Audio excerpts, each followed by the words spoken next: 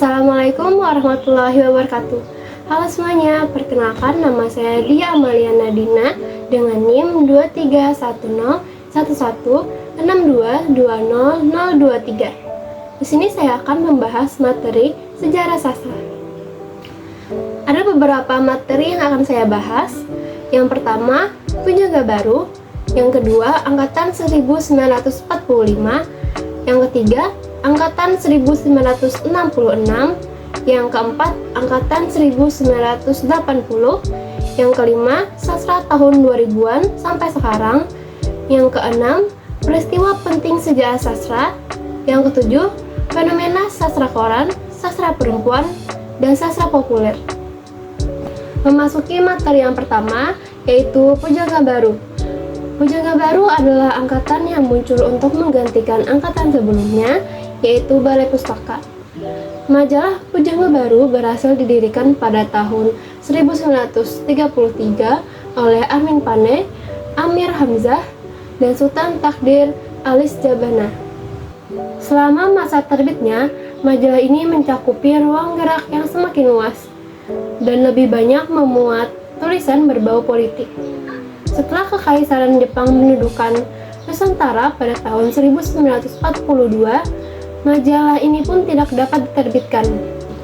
Selama 9 tahun terbit, Pujangga Baru menerbitkan 90 edisi yang memuat lebih dari 300 butir puisi, 5 buah drama, 3 buah antologi puisi, sebuah novel, berbagai esai, dan beberapa cerpen. Selanjutnya, latar belakang Pujangga Baru. Kemunculan Angkatan Pujangga dilatar belakangi oleh penerbitan yang dilakukan oleh Balai Pustaka yang dipimpin langsung oleh pihak Belanda.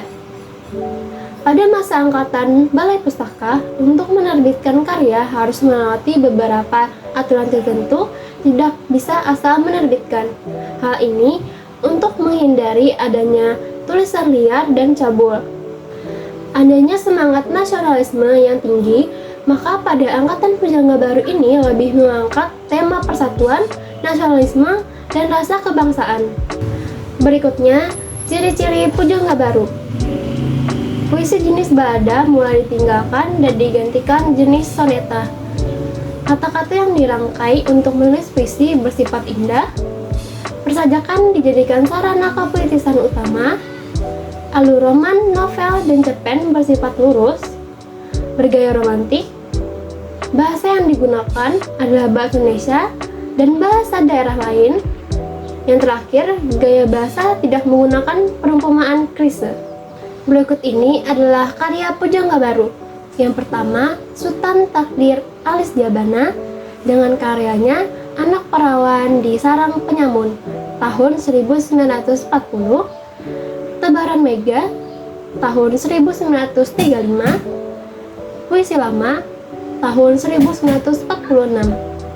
Yang kedua, Amir Hamzah dengan karyanya Nyanyi Sunyi tahun 1937, Buah Rindu tahun 1941. Yang ketiga, Amir Pane dengan karyanya Jiwa Berjiwa tahun 1939, Belenggu tahun 1940.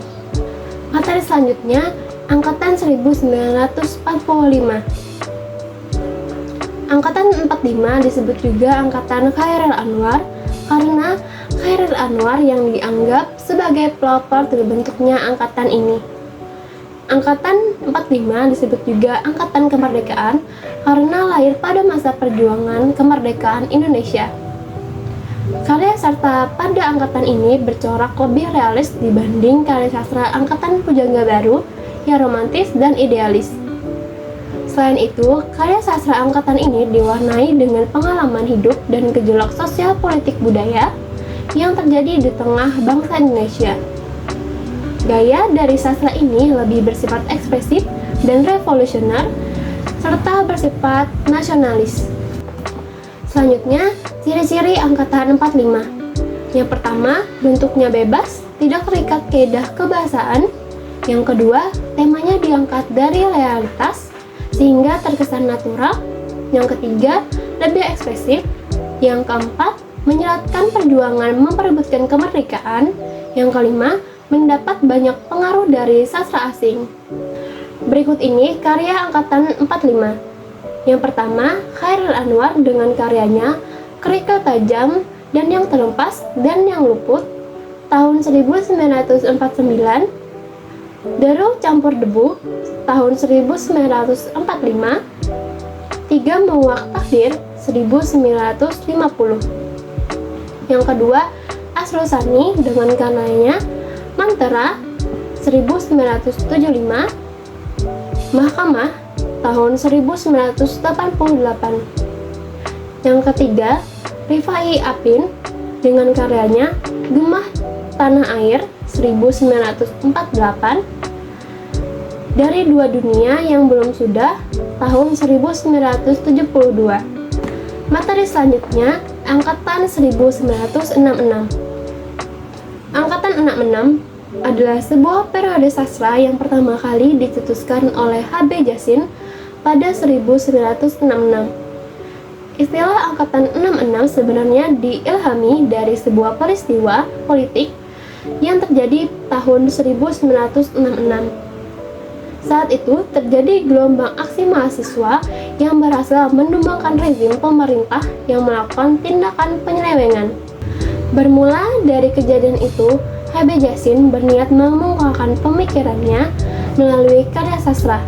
Akan tetapi, penamaan angkatan 66 telah mengundang kontroversi dari beberapa sastrawan, sehingga penamaan ini tidak dapat diterima.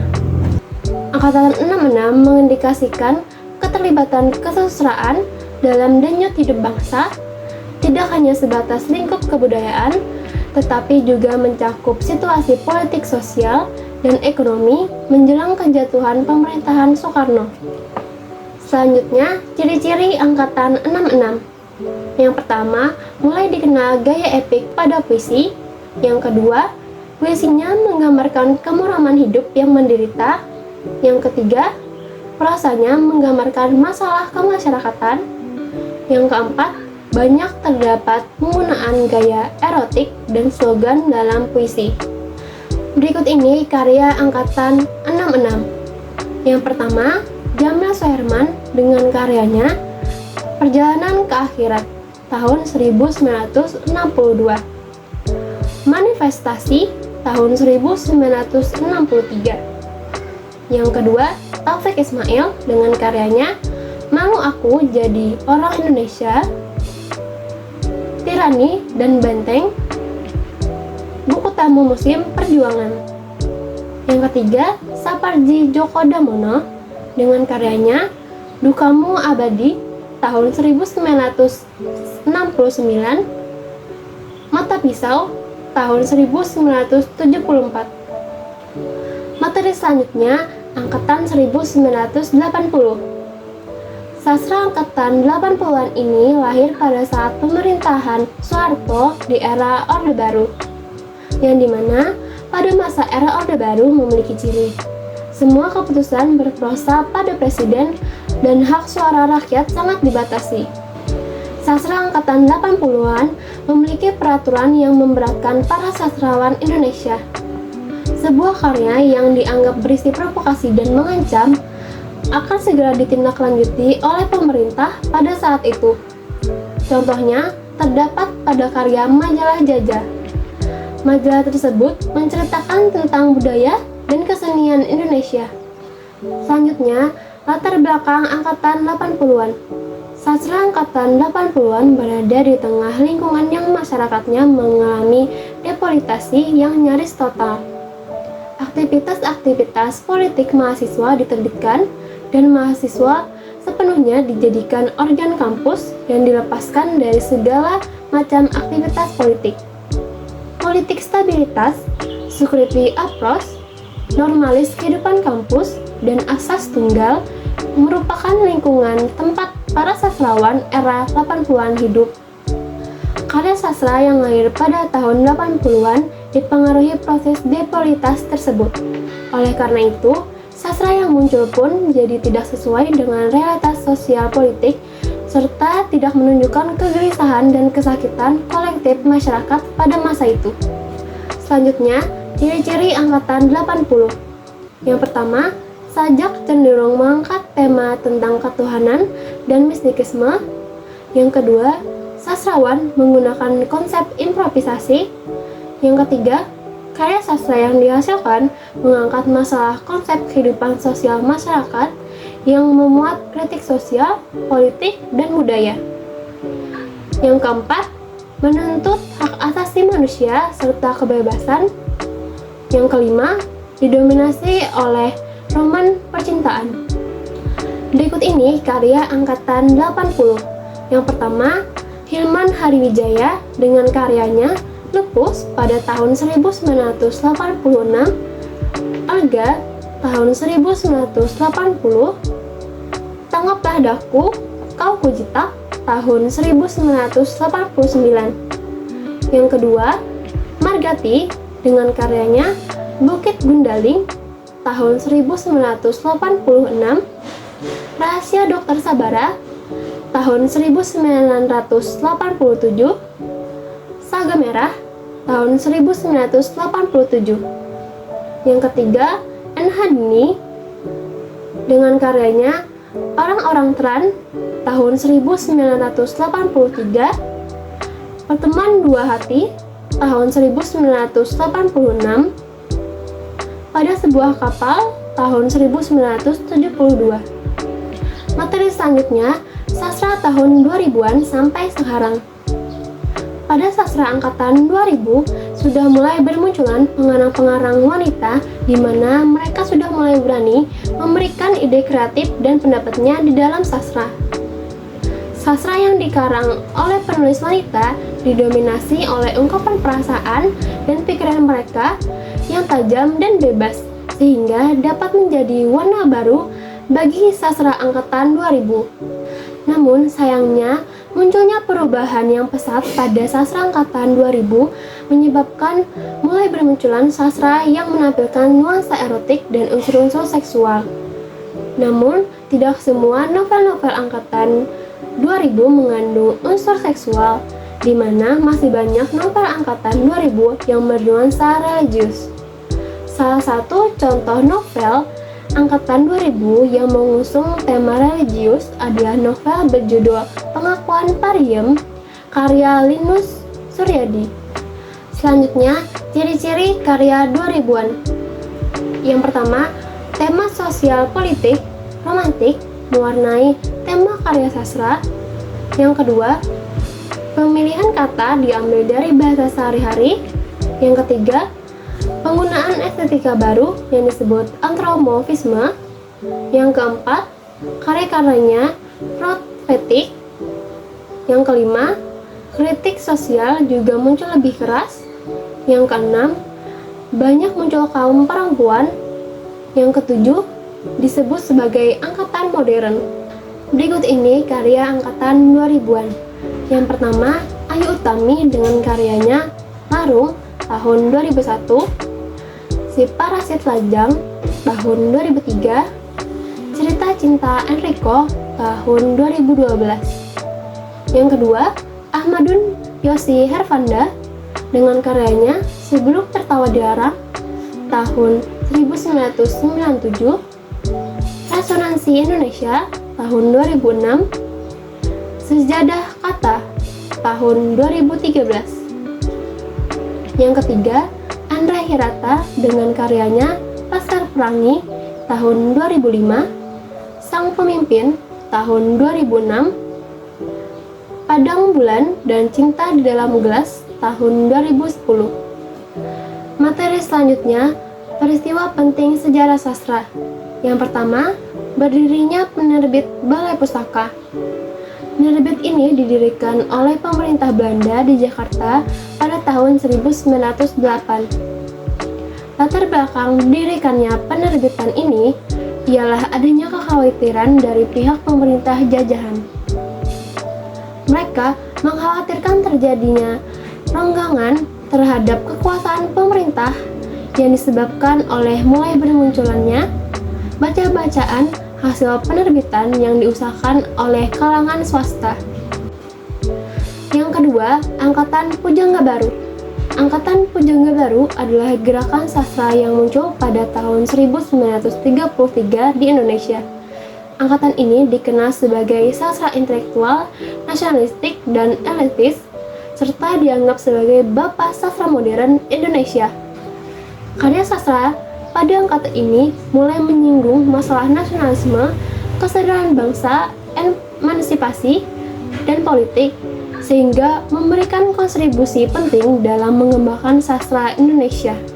Yang ketiga, kelahiran dan konsepsi estetik Angkatan 45. Angkatan 45 lahir pada masa peralihan bangsa, yaitu dari masa penjajahan Jepang menuju kemerdekaan. Kelahiran dan konsepsi estetik Angkatan 45 tercermin dalam karya-karya sastra yang dihasilkan pada masa itu, yang merupakan hasil dan perubahan politik yang mendadak pada masa pendudukan Jepang dan masa revolusi di Indonesia. Yang keempat, muncul istilah Angkatan 66. Angkatan ini lahir bersamaan dengan kondisi politik Indonesia yang mengalami kekacauan akibat merajalelanya paham komunis serta maraknya penyalahgunaan kuasa pada periode 1960 sampai 1970 yang mengakibatkan polarisasi karya sastra pada masa itu. Yang kelima, Manifest Kebudayaan. Manifest Kebudayaan adalah sebuah deklarasi yang dibuat oleh sekelompok penulis dan intelektual Indonesia pada akhir tahun 1963 yang mengusung humanisme universal. Manifesto Kebudayaan mengutamakan bentuk kesenian yang mengabdi pada kepentingan masyarakat. Manifest ini lahir sebagai respon terhadap dominasi dan tekanan dari golongan kiri yang beraliran realisme sosial yang dipraktekkan oleh seniman yang terhimpun dalam Lembaga Kebudayaan Rakyat atau Lekra. Materi selanjutnya, fenomena sastra koran, sastra perempuan, dan sastra populer. Yang pertama, sastra koran. Sastra koran adalah sebutan untuk karya sastra seperti puisi, cerpen, dongeng, dan sebagainya yang diterbitkan di koran. Hampir semua sastrawan Indonesia memanfaatkan koran sebagai media untuk mengiklankan karya dan nama mereka kepada publik. Yang kedua, sastra perempuan. Sastra perempuan seringkali menjadi topik yang diangkat dan diperbincangkan, bahkan kerap menjadi lakon atau pemeran utama. Di dalam karya sastra, perempuan selalu ditempatkan sebagai objek kajian, baik dalam puisi, cerpen, novel, maupun lainnya. Yang ketiga, sastra populer. Sastra populer tidak dapat dipisahkan dari kebudayaan populer, karena sastra populer terlahir dengan rasa semangat kebudayaan populer. Salah satu karya sastra populer yang banyak disukai dan dinikmati oleh masyarakat adalah novel Laskar Pelangi. Berikut ini contoh karya sastra koran, sastra perempuan, dan sastra populer. Yang pertama, contoh karya sastra koran yaitu Jatuh dari Cinta karya Beni Arnas tahun 2011, Satu Hari Bukan di Hari Minggu karya Yeti A tahun 2011, Pelangi Sastra, Ulasan dan Modal-Modal Apresiasi karya Agus Ridarada tahun 2013. Yang kedua, contoh sastra perempuan, yang itu Saman karya Ayu Utami tahun 1998, Supernova karya Dewi Lestari, Lintah karya Jenar Maisa Ayu tahun 2002. Yang ketiga, contoh sastra populer, Marah Lusri karya Siti Nurbaya tahun 1922, Laskar Pelangi karya Andra Hirata, Ayat-Ayat Cinta karya Habibur Rahman El Sirazi